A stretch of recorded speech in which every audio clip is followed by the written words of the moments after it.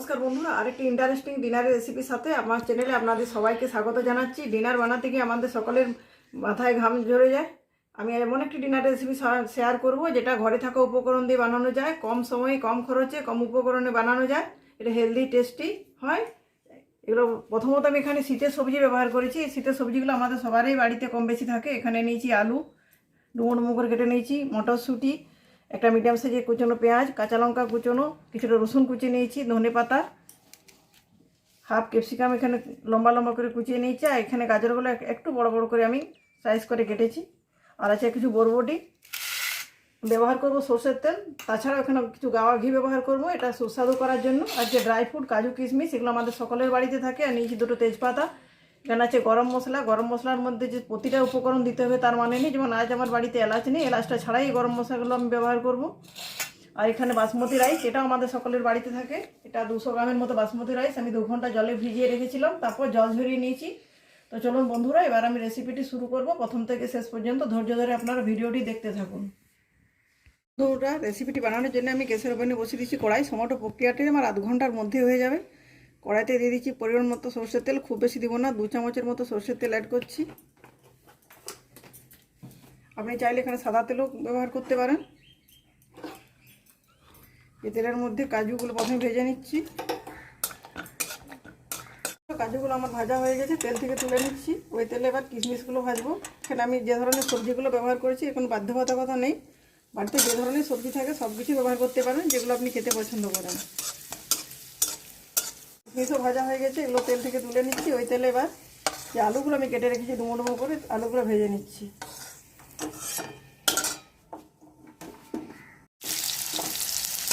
আলুগুলো দিয়ে দিচ্ছি তেলে, দিচ্ছি সামান্য একটু হলুদ আর পরিমাণ মতো লবণ। এগুলো 3-4 মিনিট ধরে একটু লাল লাল করে ভেজে নিচ্ছি। খুব বেশি ভাজার প্রয়োজন নেই। বাকি রান্নাটার সময় এগুলো আরেকবার রান্না করবো, তখন আলুগুলো সিদ্ধ হয়ে যাবে।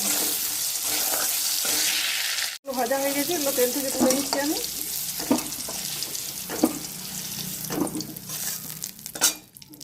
গাজরের যে স্লাইস করে রেখেছি সেগুলো একটু ভেজে নিচ্ছি। খুব বেশি ভাজবো না, একটু হালকা করে ভাজবো।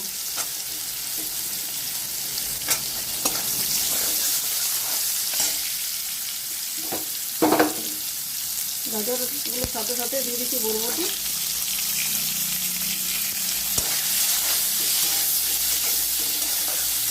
পুরো 2-3 মিনিটের মতো একটু হালকা করে ভেজে নেব। আর সাথে দিয়ে দিচ্ছি ক্যাপসিকাম।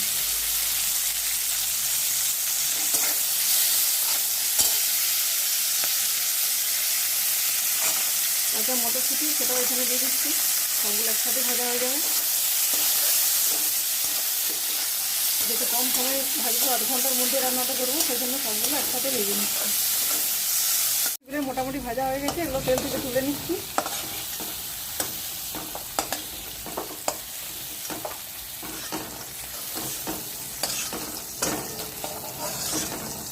এই কড়াই যেটুকু তেল আছে এই তেলের সাথে দিয়ে দিচ্ছি একটু গাওয়া ঘি। এখানে বাটার দিলে ভালো হতো, রান্নাটা আরও জমাটি হতো, কিন্তু আমার বাড়িতে আজ বাটার নেই, যেন বাড়িতে বানানো গাওয়া ঘিটা এখানে অ্যাড করছি।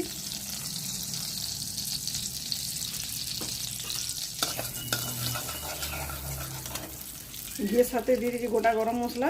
ঘিটা আমার গলে গেছে।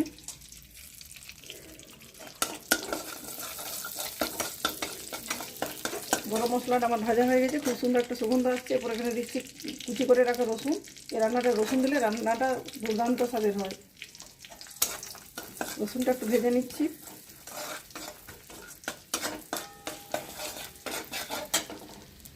ভাজা হয়ে গেছে, এরপর দিয়ে দিচ্ছি একটা মিডিয়াম সাইজের কোচানো পেঁয়াজ। পেঁয়াজটা খুব বেশি ভাজবো না, পেঁয়াজ রসুনটা সবটাই হালকা একটু ভাজবো। পেঁয়াজটা একটু তাড়াতাড়ি ভাজা হয়, সেটি ভেজে দিচ্ছি সামান্য একটু লবণ। আগে রান্না সবজিগুলো ভাজার ক্ষেত্রে আমি লবণটা অ্যাড করেছি, এই জন্য লবণটা একটু সাবধানে দিতে হবে, যাতে লবণটা রান্নায় বেশি না হয়ে যায়। রান্নায় লবণ বেশি হলে সবসময় রান্নাটা খারাপ হয়ে যায়। লবণ কম হলে ক্ষতি নেই, সেটা নেওয়া বাইরে থেকে করে লবণ নিয়েও খাওয়া যায়। পেঁয়াজ রসুনটা ভাজা হয়ে গেছে, এরপর দিচ্ছি তেজপাতা। সরি, তেজপাতাটা আমার আগে দেওয়ার কথা ছিল, ভুল হয়ে গেছিলো, যেন একটু পরে অ্যাড করলাম। তেজপাতারও একটা দারুণ ফ্লেভার হয় রান্নাতে। এরপর দিচ্ছি কুচনো কাঁচা লঙ্কা। কাঁচা লঙ্কা কুচনোগুলো দিয়ে একটু নাড়াচাড়া করে জল ঝরিয়ে রাখা যে চালটা রেখেছিলাম সেই চালটা দিয়ে দিচ্ছি এখানে। আমি এখানে 200 গ্রাম চাল নিচ্ছি।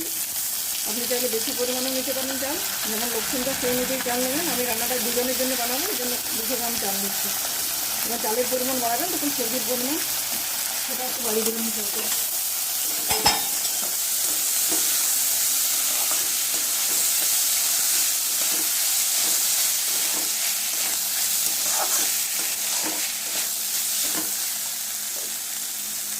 এগুলো দিচ্ছি সামান্য একটু ধনে পাতা,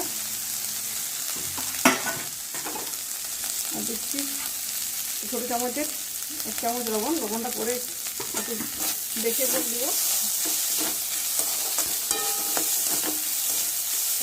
এই সবজিগুলো ভেজে রেখেছিলাম, সব সবজিগুলো এখানে অ্যাড করে দিচ্ছি।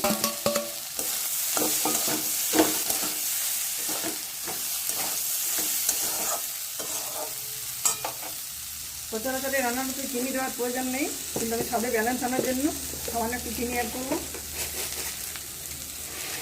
1/2 চামচ চিনি দিচ্ছি এখানে। তো পছন্দ যদি না করেন সে নাও দিতে পারেন। তো দিচ্ছি একটু পরিমাণ মতো জল।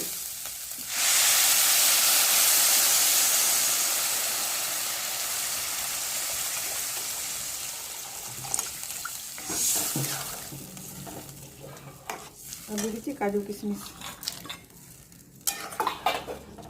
তারপর এটা আমি 8 মিনিটের জন্য ঢেকে রেখে দেবো।